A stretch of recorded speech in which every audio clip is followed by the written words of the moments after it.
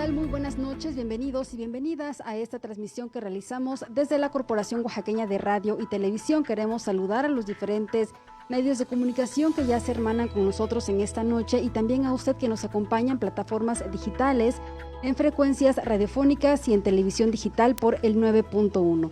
Comentarle que este es un ejercicio que encabeza el gobierno del estado de Oaxaca y que también coordina con los servicios de salud del estado.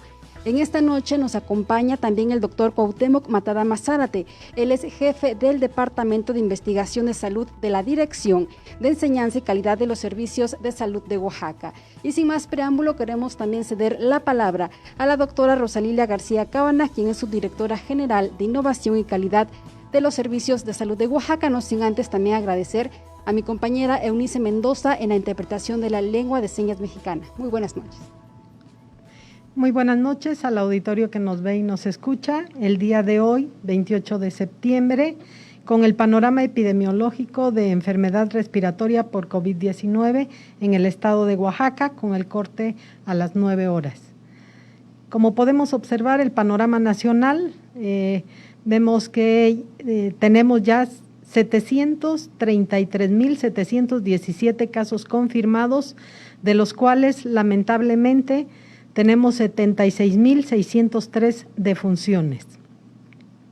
En relación al panorama estatal, tenemos 24.628 casos notificados, de los cuales 7.272 fueron casos negativos, 687 casos sospechosos, también tenemos 16.669 casos confirmados, de los cuales 14.600 se han recuperado, y lamentablemente 1.431 defunciones y 638 casos en aislamiento. En relación al panorama jurisdiccional, vemos que la jurisdicción sanitaria número 1 de Valles Centrales tiene 11.148 casos confirmados y 690 defunciones. La jurisdicción número 2 del Istmo, 1.678 casos confirmados y 280 defunciones. La jurisdicción 3 de Tustepec, 1.689 casos confirmados y 243 defunciones. La jurisdicción 4 de la Costa, 735 casos confirmados y 76 defunciones. La jurisdicción de la Mixteca, 1.073 casos confirmados y 100 defunciones. La jurisdicción de la Sierra, 346 casos confirmados y 42 defunciones. En relación a los casos positivos por municipio, tenemos 15 municipios con casos nuevos y 24 casos nuevos. Como podemos observar, Oaxaca de Juárez tiene 8 casos nuevos, Juchitán de Zaragoza 2 casos, Santa María Huatulco 2, San Juan Bautista Tustepec, Jojocotlán, Santa Lucía del Camino, Atzompa, San Jacinto Amilpas, Santa Cruz Amilpas y el resto con un solo caso. En relación a los casos confirmados, los 16.669 casos confirmados, los grupos de edad que han presentado el mayor número de casos ha sido el grupo de 25 a 44 años con 7.600 casos confirmados, seguido del grupo de 50 a 59 años con 2.716 casos y el grupo de 65 y más con 2.139 casos. Por sexo, los hombres continúan presentando el mayor número de casos, 9.053, las mujeres 7.613.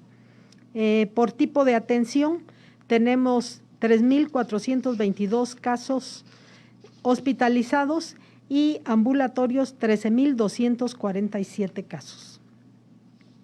En relación a los casos confirmados por institución, los servicios de salud de Oaxaca tienen 11.468 casos, el IMSS régimen ordinario 2.948, el ISSSTE 835, el IMSS Bienestar 682, SEDENA 256, CEMAR 151, Pemex 158 y otras instituciones 171 casos confirmados.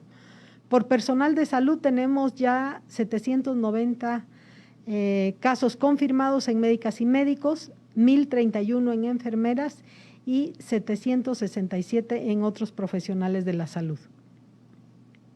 En relación al total de casos activos, La jurisdicción sanitaria número 1 tiene 455 casos activos, la jurisdicción sanitaria número 2, 35 casos, la jurisdicción 3 de Tustepec, 14, la Costa, 39, la Mixteca, 68 casos activos, la Sierra, 27 casos, siendo un total de 638 casos activos.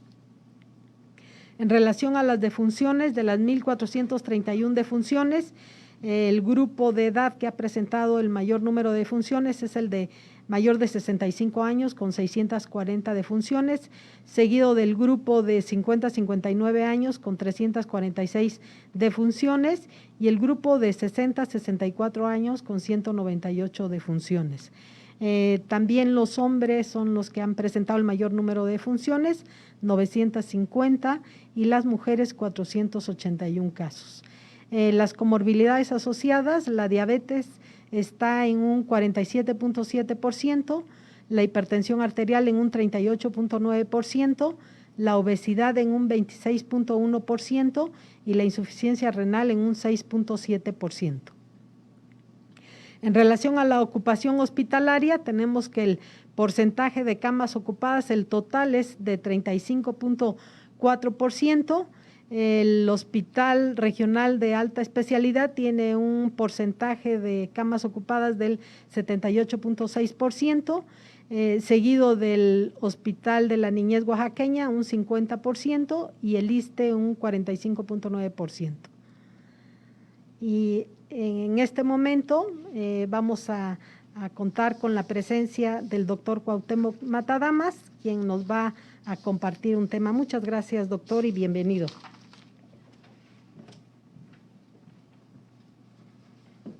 Muchas gracias. Buenas noches. Efectivamente, vamos a hablar de un tema importante en esta presentación de la enfermedad por coronavirus, la COVID-19, que tiene que ver básicamente con las alteraciones de la coagulación. Desde los primeros casos que se reportaron de la infección, que se reportaron en China, desde los primeros reportes se vio que había unos pacientes que se agravaban muy rápidamente, que evolucionaban de una manera, la enfermedad de una manera muy agresiva, y estos casos se vio que estaban asociados a trombosis, a una formación de coágulos, inicialmente en la circulación pulmonar y después de un proceso inflamatorio sistémico en toda la circulación. Sabemos que la enfermedad por coronavirus, por el SARS-CoV-2, la COVID-19, tiene un amplio espectro de manifestaciones clínicas que van desde las personas que cursan la enfermedad de manera sintomática hasta aquellos pacientes que se agravan y que necesariamente tienen que hospitalizarse o incluso llegar a la terapia intensiva, y muchos de ellos fallecen por esta enfermedad. Como había mencionado, en reportes de autopsia reportados inicialmente en China y que después se corroboraron en otros países, y es un concepto ya aceptado de manera generalizada, es que en esta enfermedad, en la COVID-19, existe una alteración de la sangre, de la coagulación, específicamente con trombosis. Son pocos los casos que se presenten con hemorragia en estos pacientes. Básicamente lo que vemos es trombosis, y este cuadro de trombosis, de formación de coágulos, está directamente relacionado con la mortalidad. Se ha visto en la serie de pacientes que se han estudiado que estas alteraciones de la sangre, de la coagulación, se van a presentar entre el 7º y el 11º día del inicio de los síntomas, o bien entre 4 o 10 días después de que el paciente está hospitalizado. Hay un consenso actual mundial en el manejo de la COVID-19, hay un consenso mundial de que todo paciente hospitalizado debe recibir tratamiento, medicamentos para prevenir la trombosis. Esto lo veníamos haciendo desde hace ya varios años en los pacientes hospitalizados, prevenir la trombosis, pero ahora en la COVID-19 esto es mucho más necesario. Como vemos, en realidad lo que se ve en el cuadro de alteraciones de la coagulación de la enfermedad por coronavirus, hay una relación directa entre la inflamación que acontece en todo el organismo y la trombosis. Esto está directamente relacionado.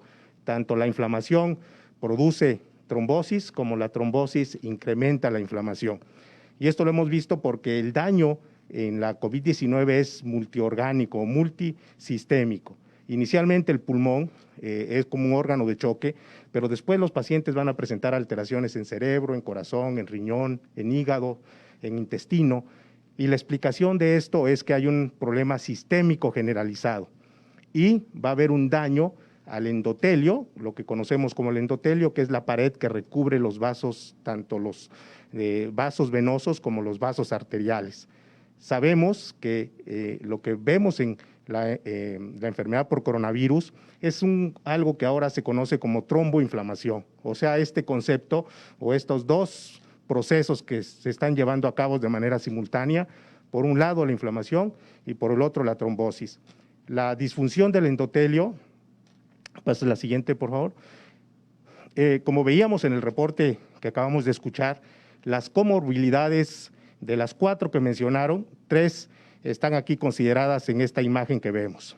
La diabetes mellitus tipo 2, la hipertensión arterial y la obesidad. Estas 3 enfermedades ya de por sí cursan con alteración del endotelio. El endotelio cuando se daña, cuando se inflama, se convierte en un endotelio que promueve la trombosis. Entonces, si ya estos pacientes tienen estos factores de riesgo, donde ya previamente tienen dañado el endotelio, si se le suman factores como la edad, la inmovilización o el sobrepeso o enfermedades pues, que ya están presentes, y le sumamos los factores del propio virus, del ataque que hace el propio virus hacia el endotelio y los factores que tiene que ver quienes se agravan con neumonía, vemos que estos pacientes van a evolucionar a estos cuadros de trombosis que desafortunadamente vemos. ¿Lo que sigue? Y bueno, para concluir les diría que esta alteración de la coagulopatía, la formación de coágulos, si vemos la enfermedad por fases o estadios, una fase 1, una fase 2, una fase 3, que iría desde la fase leve o asintomática hasta el paciente que requiere hospitalización en la unidad de cuidados intensivos, vamos a ver que en el paciente asintomático o el paciente que tiene síntomas pero está en domicilio, que está en su casa, lo que se sugiere, el acuerdo que hay, es que estos pacientes deben recibir tratamiento sintomático y tratamiento de soporte. Deben mantener una buena hidratación, se debe promover la deambulación y utilizar en todo caso medicamentos para disminuir los síntomas. Pero en el momento que el paciente presenta mayor dificultad respiratoria, que disminuye su oxigenación en la sangre, que requiere hospitalización, se ha pensado que ese cambio entre que el paciente está en casa y requiere ya hospitalizarse, ese cambio está dado precisamente por la presencia de trombos o de coágulos en la circulación pulmonar. Y es el momento en el que el paciente, ya estando en hospitalización, debe recibir tratamiento anticoagulante. El medicamento que se utiliza es la heparina, que es un medicamento que hemos utilizado durante muchos años y está claramente demostrada su utilidad, claro, junto con otras medidas que deben de tomarse. Es importante decir que la heparina, el acuerdo actual, el consenso actual es que debe utilizarse en el paciente hospitalizado. En el paciente que está en domicilio no se ha demostrado ni que empeore ni que mejore el pronóstico de la enfermedad y por el contrario puede ocasionar la complicación de hemorragia. Doctor Cuauhtémoc Matadamas, muchas gracias por esta información tan útil y también tan importante para todo nuestro auditorio. Agradecemos a usted nos haya acompañado en este informe por COVID-19 desde la COR TV. Gracias y le deseamos una excelente noche.